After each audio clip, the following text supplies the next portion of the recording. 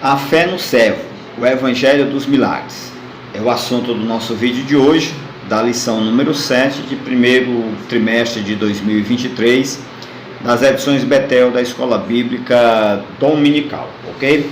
Se você não é inscrito ainda neste canal, clica aí no botãozinho vermelho abaixo e se inscreva. Se você gostar desse vídeo, no final da aula, você então deixa o seu like aí e também compartilhe com seus colegas, ok? Nas suas redes sociais.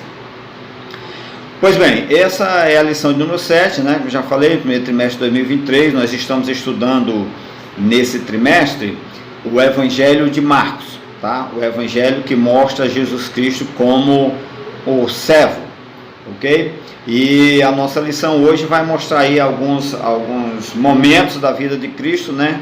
Onde ele opera milagres e como essas pessoas se comportaram, né? As pessoas envolvidas nesses milagres se comportaram em relação à vida e presença de Jesus na época em que ele esteve aqui na Terra, nos dando lições, né? Onde nós podemos aprender a utilizar estas lições para que nós tenhamos também uma vida de milagres, possamos experimentar os milagres da parte de Deus. Vamos então à nossa lição. Nós temos aqui o nosso textuário já aberto, que está em Marcos capítulo 11, versículo 24, e diz assim: Por isso vos digo que tudo o que pedirdes orando, crede que eu receberei e tê-lo-eis. Ok? Isso são palavras de Jesus Cristo, né? No Evangelho de Marcos capítulo 11, versículo 24. A verdade aplicada diz o seguinte: na vivência dos problemas e das adversidades da vida, perseveremos na fé cristocêntrica, ou seja, naquela fé que tem Cristo como alvo principal, ou na verdade deveríamos dizer como único alvo, ok? Nosso texto de referência, né, nosso texto bíblico para lermos é Marcos capítulo 11. Nós vamos ler do versículo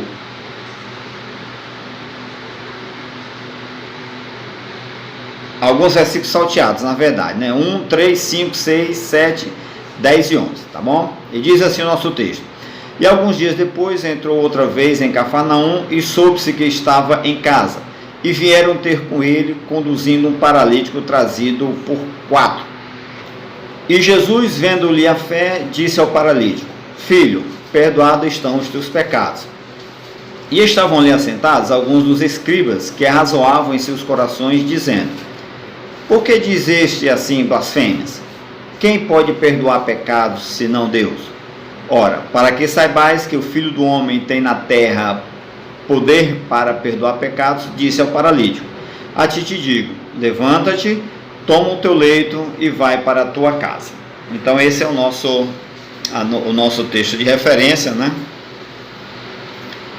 E nós vamos então para a nossa introdução, que diz assim: Veremos na presente lição o poder e a compaixão do servo demonstrados na operação de milagres, assim como a relevância da fé cristocêntrica, que se expressa no clamor, na busca, submissão e perseverança por parte dos necessitados. Então nós vemos aí na nossa lição hoje, ela terá duas facetas, né?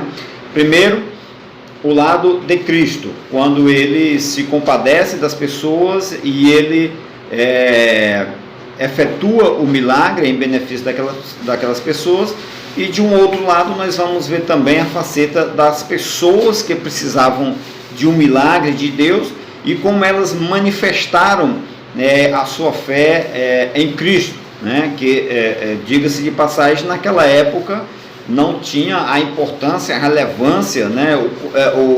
O ibope, digamos assim, que ele tem hoje. Hoje Cristo é conhecido em todo o mundo e esse conhecimento acerca dele como um operador dos milagres, né, como o próprio Deus, como aquele que morreu pelos nossos pecados, né, e essa consolidação de conhecimento e de fé acerca de Cristo não existia na época em que ele estava aqui na Terra. É tanto que por muitas pessoas ele era ignorado, ele era criticado, né, não havia essa consolidação de fé né, essa consolidação cristã na consciência humana na sua época, né? Cristo ainda era para muitas pessoas um pregador que vivia lá na Galileia, né, e fazia alguns milagres, mas algumas pessoas tinham fé, criam e manifestaram a sua fé em Cristo, né, naquele período que ele esteve. Então, são essas pessoas que nos servirão de exemplo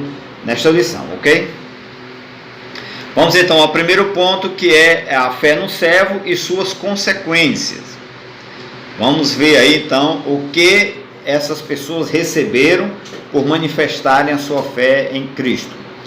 O primeiro tópico do primeiro ponto vai falar dos amigos do paralítico demonstraram a fé no servo, né? A nossa leitura aí, em classe aí, né? A nossa leitura de referência é exatamente o texto em que mostra esses amigos, né? Essas pessoas que levaram o seu amigo que era paralítico até a presença de Jesus Cristo. Certa ocasião, Jesus estava em Cafarnaum, né? O comentarista vai revisar aí o texto, né? Jesus estava em Cafarnaum e imediatamente se espalhou a notícia de que ele se encontrava em uma determinada casa, né? Pelo texto dá até a gente entender e imaginar que aquela casa ali em Cafarnaum seria a casa onde Jesus costumava habitar. Sempre que ele passava por aquela região, ela ia àquela casa, já que o texto deixa subentendido que seria assim, ok?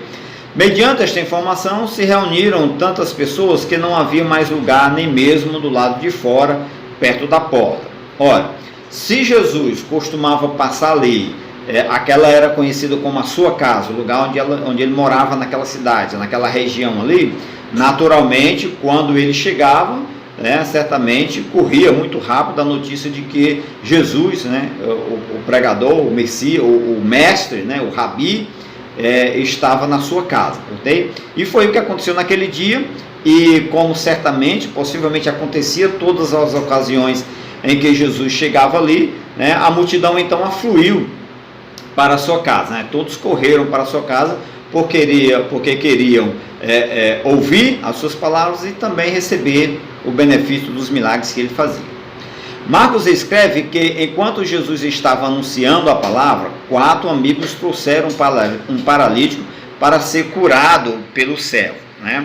Possivelmente outras pessoas também foram levadas naquele dia até Jesus para serem curados, mas certamente eles chegaram mais cedo, né? E aí puderam ser atendidos com mais facilidade enquanto a multidão ainda estava chegando.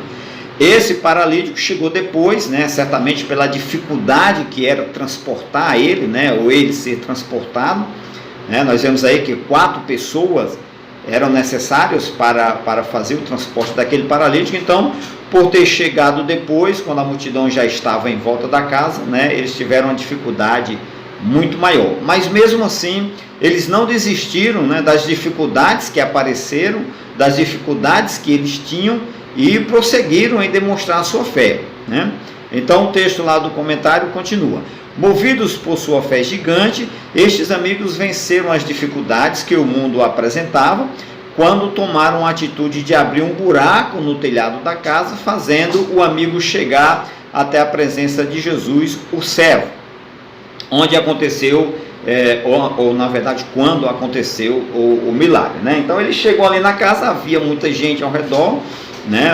O quintal estava cheio, muita gente, e a exemplo de outras pessoas que também encontraram dificuldade para chegar até perto de Jesus, como uma mulher que tinha hemorragia, como o pequeno Zaqueu, né? Essas pessoas, elas manifestaram a sua fé, enfrentando as dificuldades que estavam à sua frente para se aproximarem de Jesus, tá? É esse o exemplo que essas pessoas nos dão. O segundo tópico do primeiro ponto vai tratar um dos principais da sinagoga demonstrou fé no servo, né? Nós vamos então aí tratar mais um exemplo. Certa ocasião, não, esse aqui é o primeiro, desculpa. Na passagem em que Jairo recorre ao servo, podemos nos aprofundar sobre a fé, pois toda a narrativa de Marcos mostra que Jesus é a esperança dos desenganados. Esta abordagem de um pai aflito nos mostra que o impossível pode acontecer quando Jesus intervém, né? Então eu citei a mulher da hemorragia, que tinha hemorragia, eu citei o pequeno Zaqueu, né, que também teve, apesar de que Zaqueu não buscava o benefício físico, né, a cura de uma enfermidade no corpo, mas ele também buscava o benefício, né, a cura da alma, né, o milagre da alma, o milagre do seu espírito. Zaqueu buscava tão somente a salvação da sua alma, e estas pessoas, né, buscavam a cura ou a salvação para o seu corpo. E aí que nós temos no segundo tópico o exemplo de Jairo, né, que era um homem importante, que era um homem um principal da sinagoga. Então ele com certeza era rico, tinha condição, mas ele tinha em casa a necessidade de uma cura, de um milagre físico, né? A sua filha estava doente e ele procurou Jesus, ele foi até Jesus para receber o seu milagre, ok? E uma coisa muito interessante aqui, existe uma correlação entre Jairo e a mulher que sofria da hemorragia, porque foi justamente em atender Jairo, indo para a casa de Jairo, para atender a necessidade de Jairo, que Jesus teve aquele encontro com aquela mulher, né? E ele, ao atender aquela mulher, ele demorou-se ainda mais a chegar à casa de Jairo. E um fato muito importante é que justamente nessa demora em chegar até a casa de Jairo, para atender aquela mulher, chega a notícia para Jairo de que a filha não estava apenas doente, mas ela havia falecido, ela havia morrido, né? E aí, após atender aquela mulher, Jesus se volta para Jairo e diz a ele para ter fé, né? Para ter fé, porque a fé o levaria ao impossível.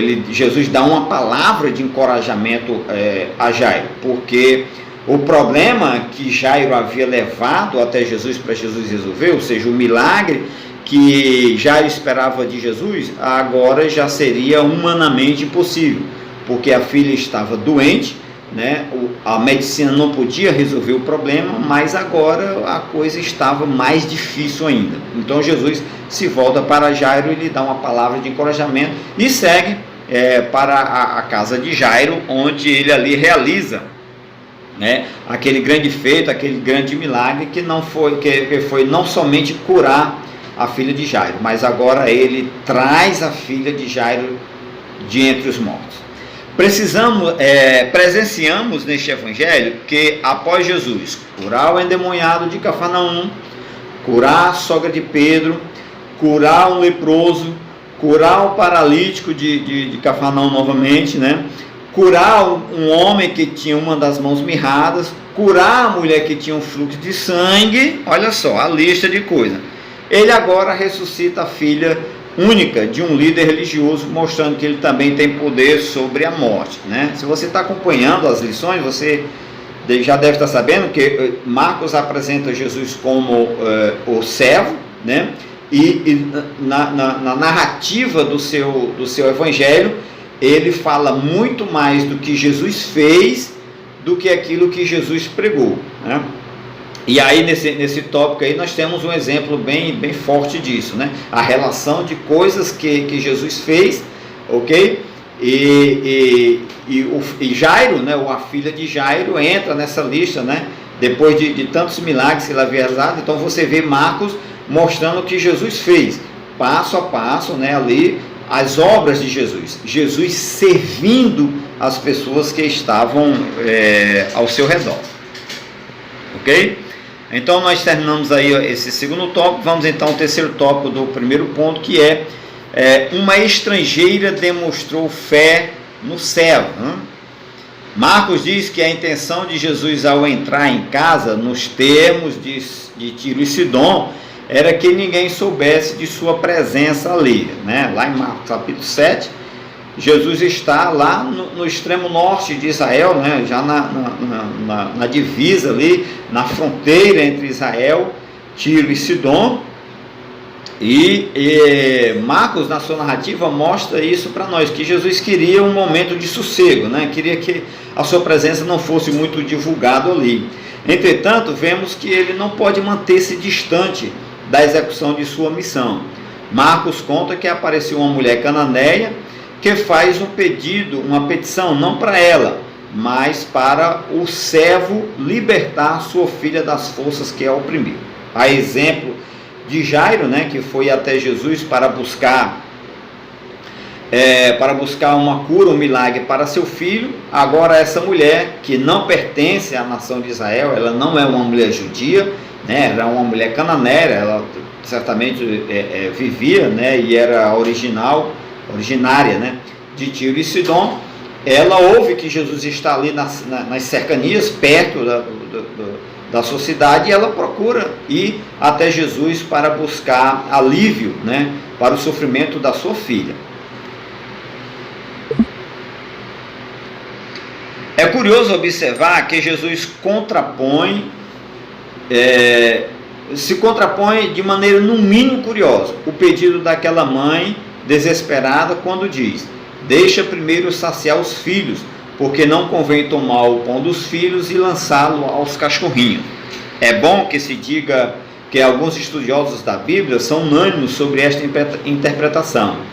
Para eles, para nós, para qualquer pessoa que estude a Bíblia Sagrada, filhos trata-se de uma alusão aos judeus, enquanto que cachorrinhos se refere aos gentios, ok? Então, é comum você ver entre o povo judeu, nos escritos judeus, né, na tradição judaica, fazer-se comparativos entre pessoas e animais, né? Nós temos, por exemplo, quando Jacó foi abençoar seus filhos, ele praticamente comparou cada um dos seus filhos a um animal.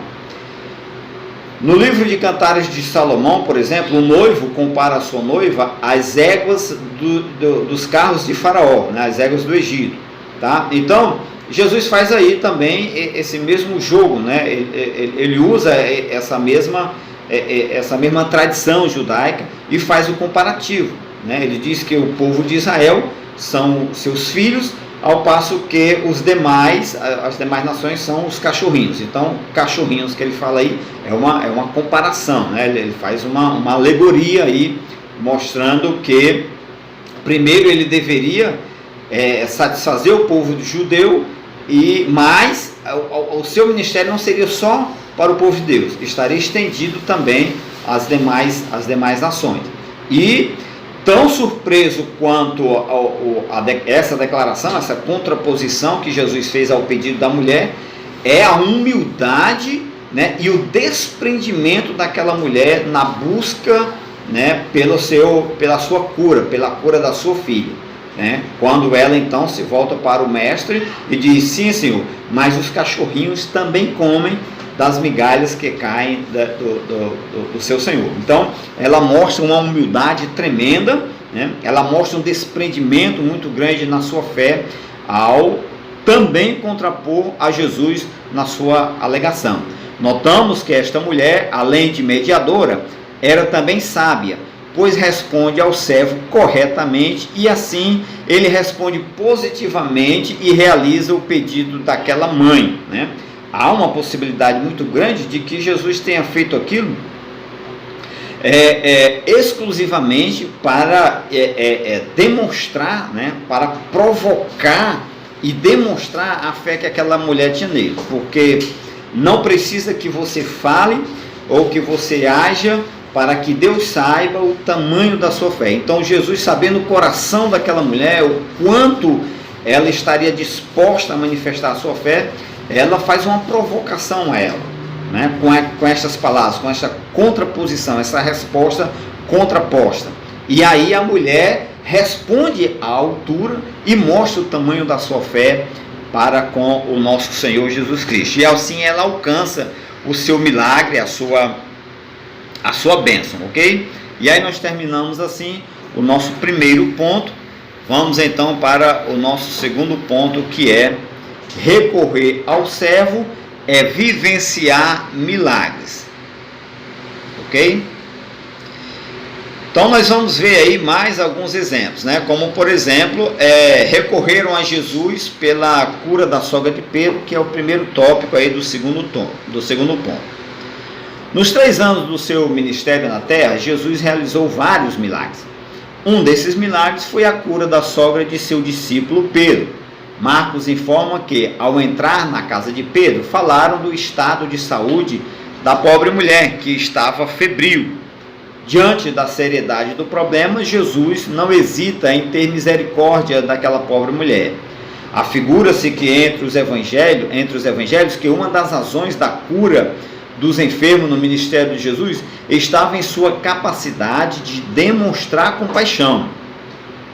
Então, chegando-se a ela, tomou-a pela mão e levantou-a, e a febre a deixou e servia-os. A mulher servia, né, aos visitantes do seu genro, ok?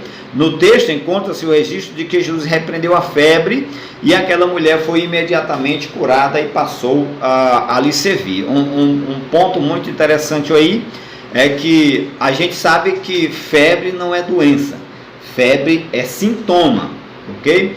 Entretanto, o texto sagrado, toda a Bíblia, ela foi escrita por pessoas e pessoas comuns. Na verdade, temos pessoas de várias classes sociais. Nós temos pessoas que eram semi-analfabetas, pessoas que mal sabiam ler e escrever. E o Espírito Santo usou estas pessoas para escrever, e ela escreveu de acordo com o seu contexto, de acordo com a sua capacidade.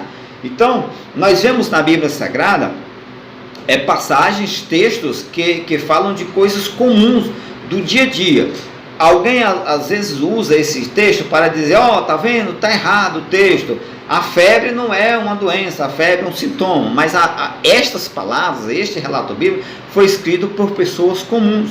Então essa pessoa que escreveu o livro, Marcos, recitou, escreveu dentro daquilo que ele sabia, e ele não conhecia, não sabia qual era a doença exata da sogra de Pedro. Então ele falou que a sogra de Pedro estava doente e estava febril, estava com febre. A gente sabe, claro, que a febre não era a doença. A febre era um sintoma da doença que aquela mulher tinha, né? Um outro texto muito famoso da Bíblia Sagrada, que também gera um pouco de discussão, principalmente por aquelas pessoas que têm certa cultura, certo conhecimento, e são céticos com relação à Bíblia Sagrada, aí usam o texto de Josué, quando diz que Josué fez o sol e a lua parar. O sol e a lua não param, quem gira é a terra. Aquelas são expressões de um cotidiano, de um dia normal.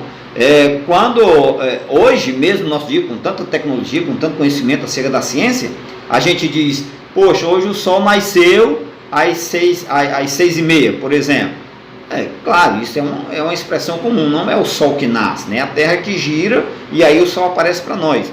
Assim é o texto bíblico, o texto sagrado, ok? Então esse texto da Bíblia também se enquadra nessa condição. Marcos escreveu falando acerca do problema de saúde que a sogra de Pedro tinha e citou a febre. Ele sabia que a sogra de Pedro estava com alguma doença e o sinal, né, o sintoma que se aparecia era a febre. Então, quando a Bíblia diz que Jesus curou ela,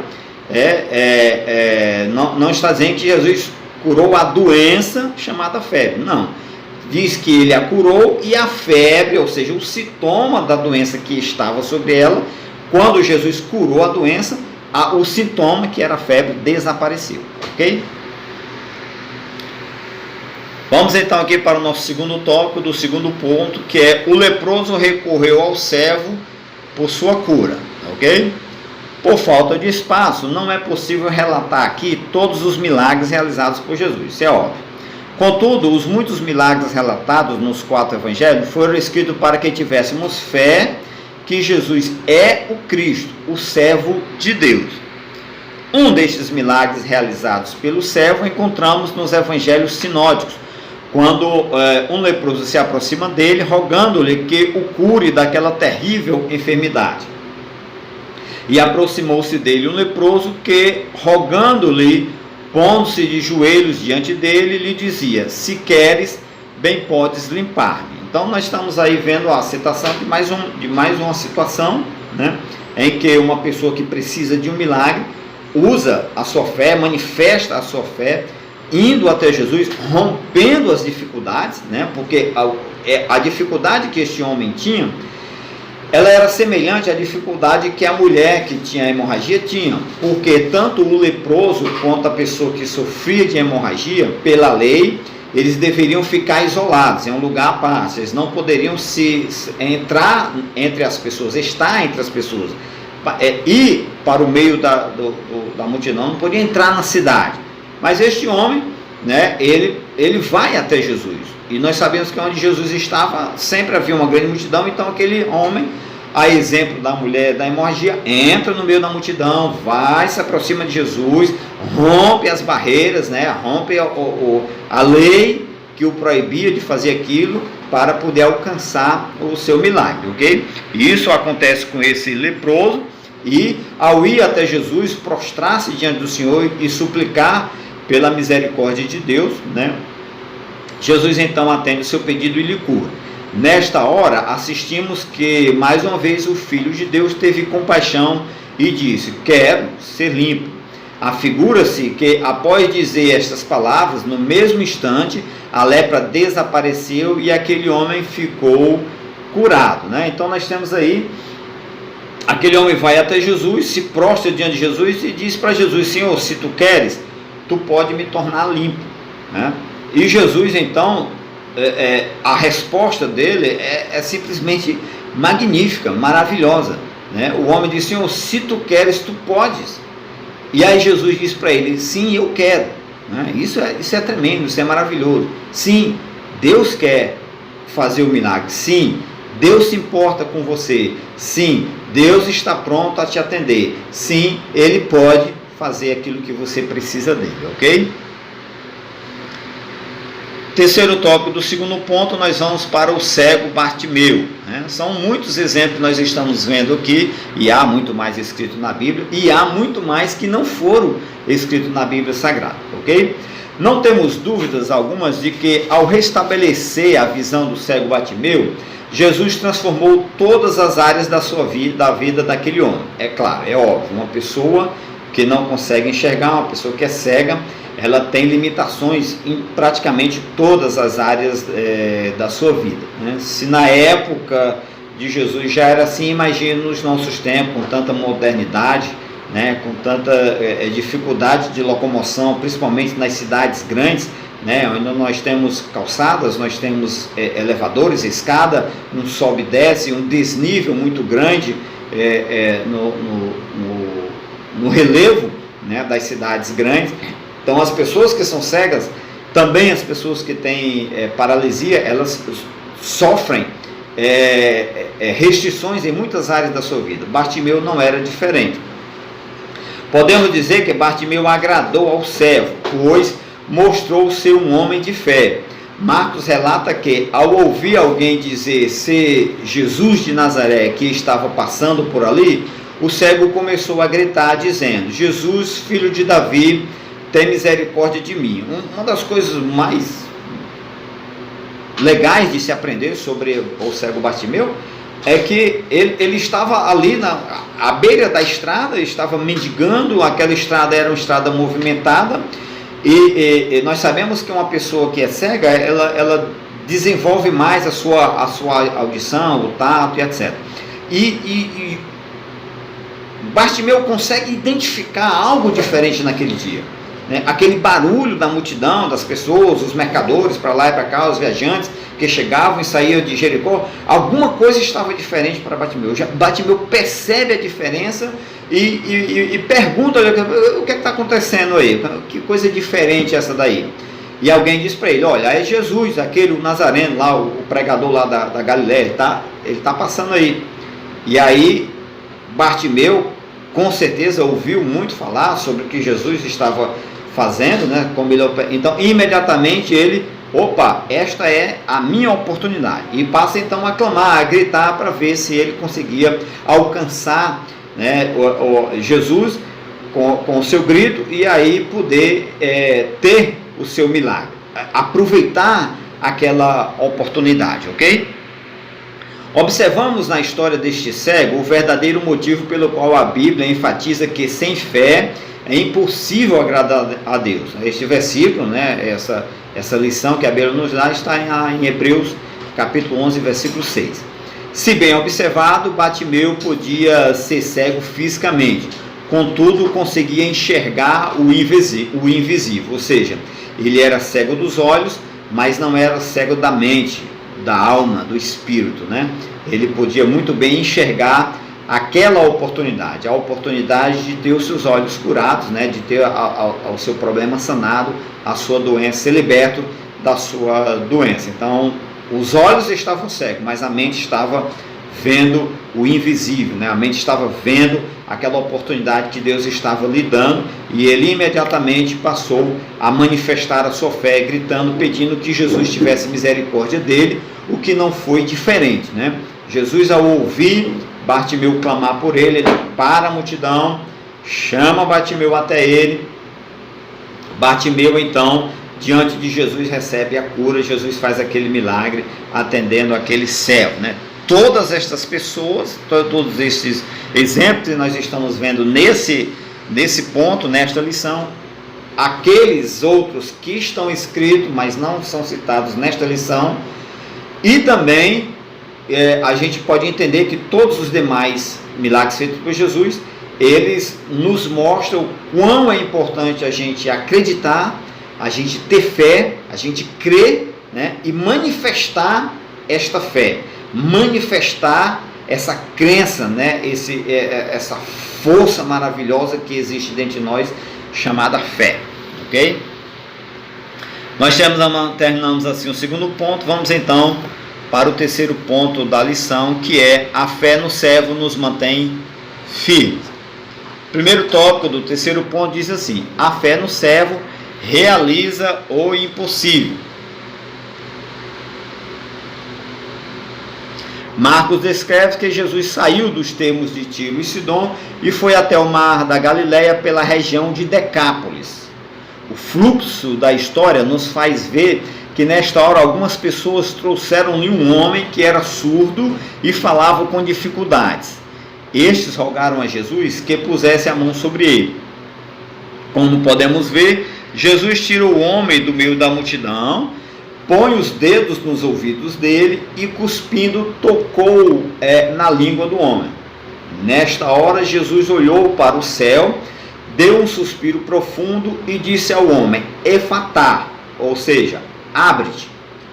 Como é visto naquele instante, os ouvidos do homem se abriram e sua língua se soltou e ele começou a falar sem dificuldades, né? É claro que a gente não pode de forma nenhuma deixar de tratar aqui sobre a questão de como Jesus curou este homem, esta pessoa, né?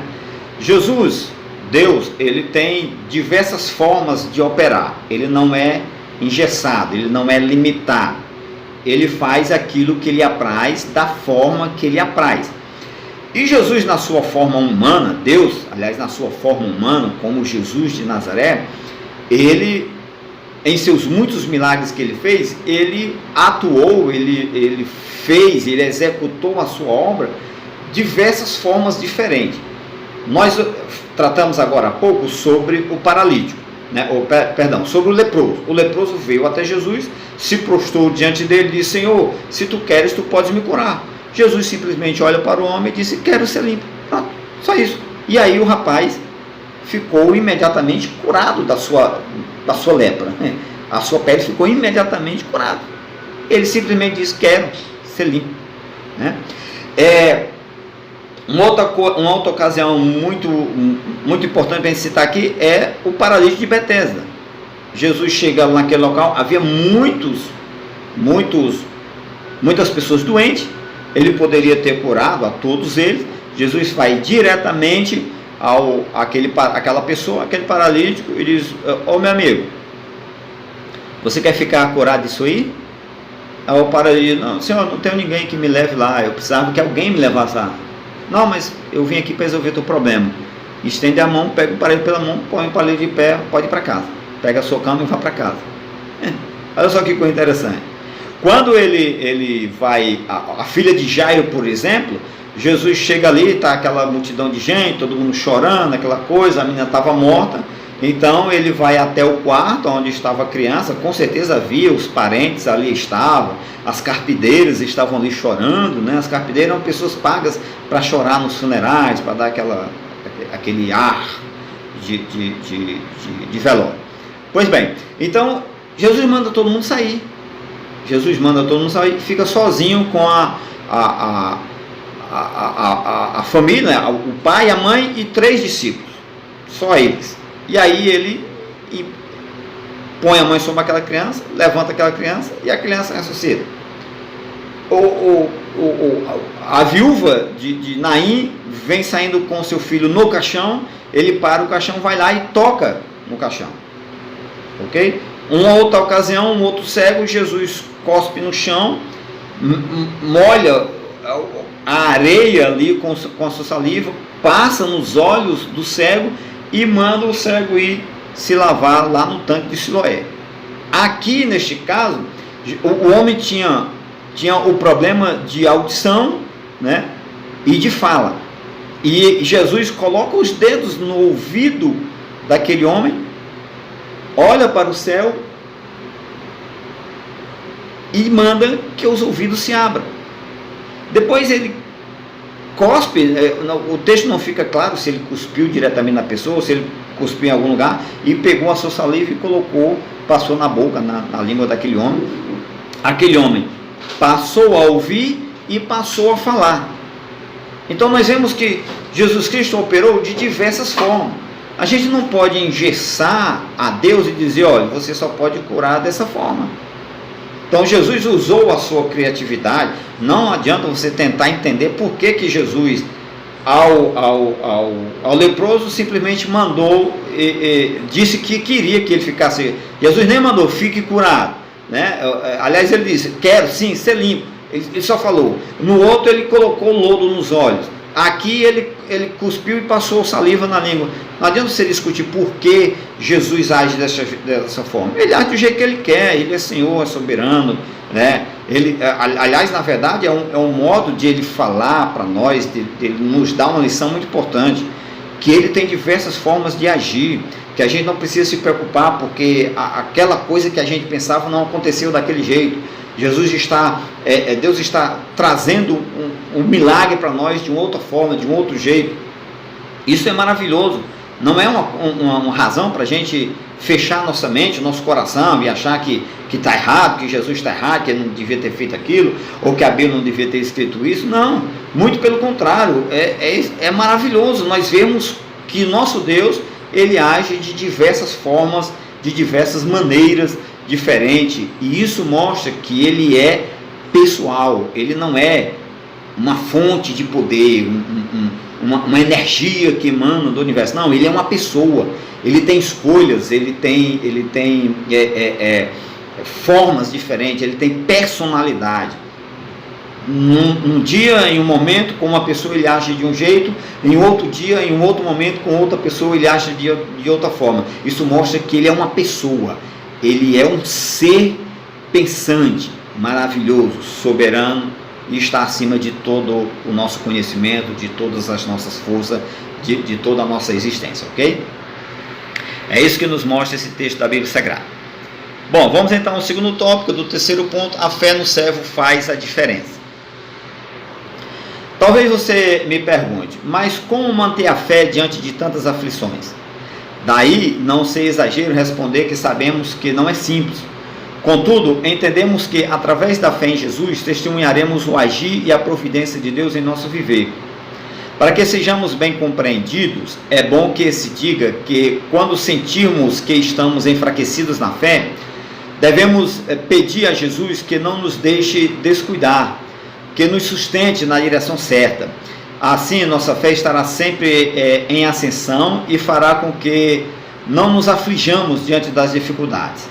Não se angustie diante das incertezas. Neste sentido, devemos orar e crer que para nosso Senhor não há impossível, porque nossa fé em Deus fará toda a diferença, né? A nossa fé em Deus, ela é o gatilho, né, que faz as portas dos céus se abrir sobre nós. nós citamos agora há pouco atrás, Hebreus 11, quando ele diz que sem fé é impossível agradar a Deus. Então, muita gente quer ver Deus, quer que Deus seja comprovado, quer que Deus seja mostrado, quer que Deus que haja provas concretas de que Deus existe para que ele creia. E Hebreus 11 mostra para nós que é exatamente o contrário.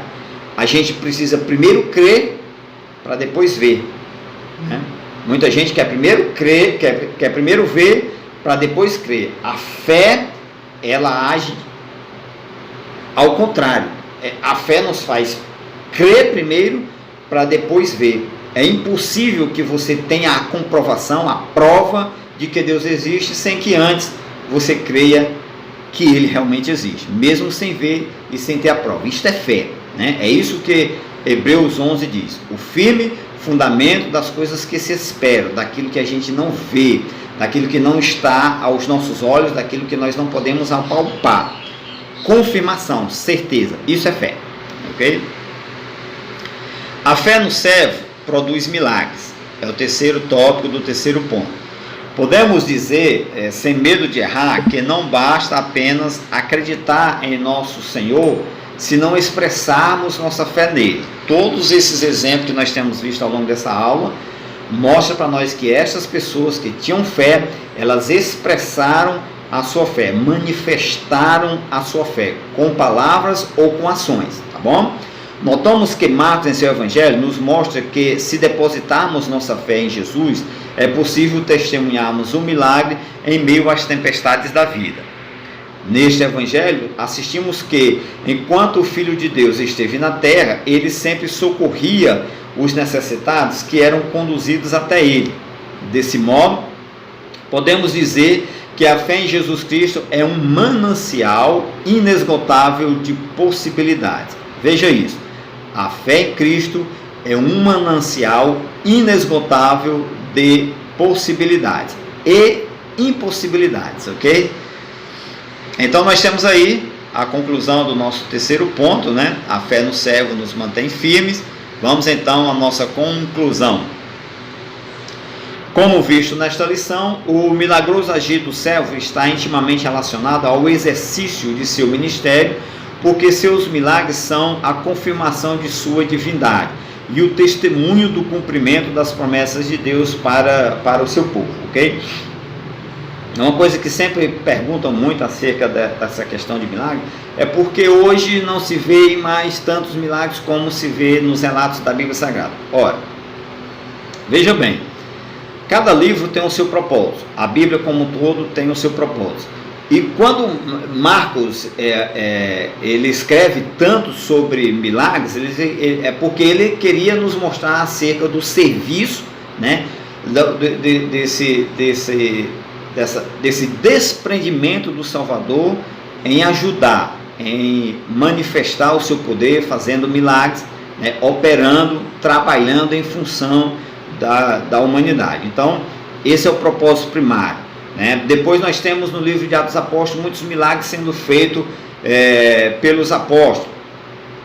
A igreja estava em sua forma embrionária. Ela era como uma criança que estava se formando, que havia acabado de ser nascido. E toda criança recém-nascida, ela precisa de muitos cuidados especiais.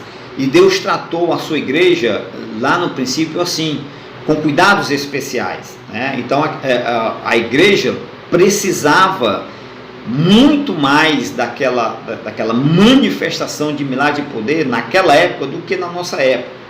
Outro detalhe importante, a igreja ainda era pequena, então os milagres que ocorriam facilmente todos sabiam, né?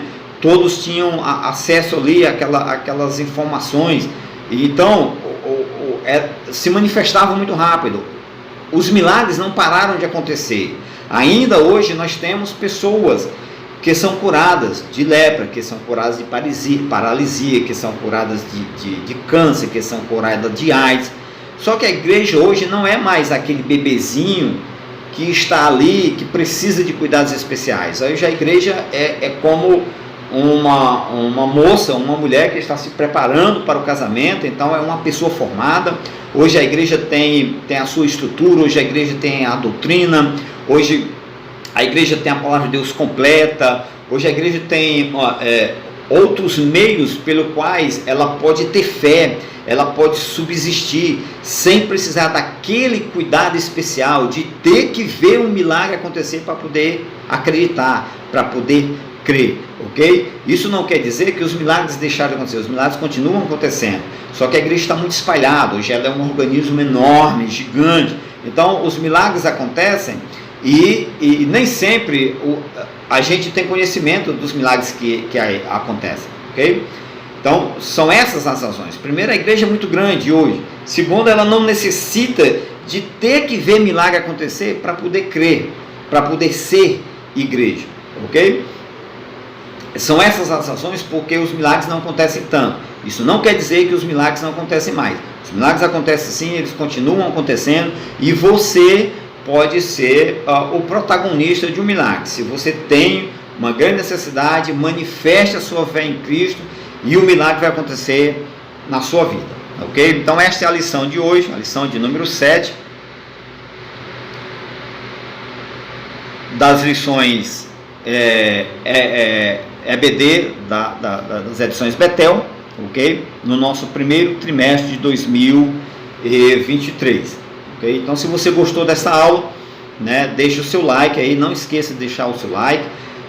Se ainda não é inscrito, inscreva-se no canal Vida Cristã, ok? Compartilhe essa aula com seus amigos e também faça um comentário aí, né? Você não tem ideia do como é gostoso abrir o YouTube e ver que você deixou lá o seu comentário, né? Nem que seja apenas uma saudação, ok? Ou diga apenas que gostou, que foi boa esta aula, ou se você também tiver algum detalhe aí sobre esse texto da Bíblia Sagrada, sobre esta lição que eu porventura não tenha apresentado aqui, escreva lá o seu comentário, deixe lá o seu comentário, ok? Isso é muito importante, é muito bom para o canal e nos motiva a continuar trazendo as aulas aqui. Eu também tenho outros vídeos que tratam de outros assuntos que não são lições da EBD, né? Você pode procurar aí no canal Vida Cristã e você vai ver aí, eu tenho as rapidinhas bíblicas, que são aquelas curiosidades que eu trago, né, sobre a Bíblia Sagrada,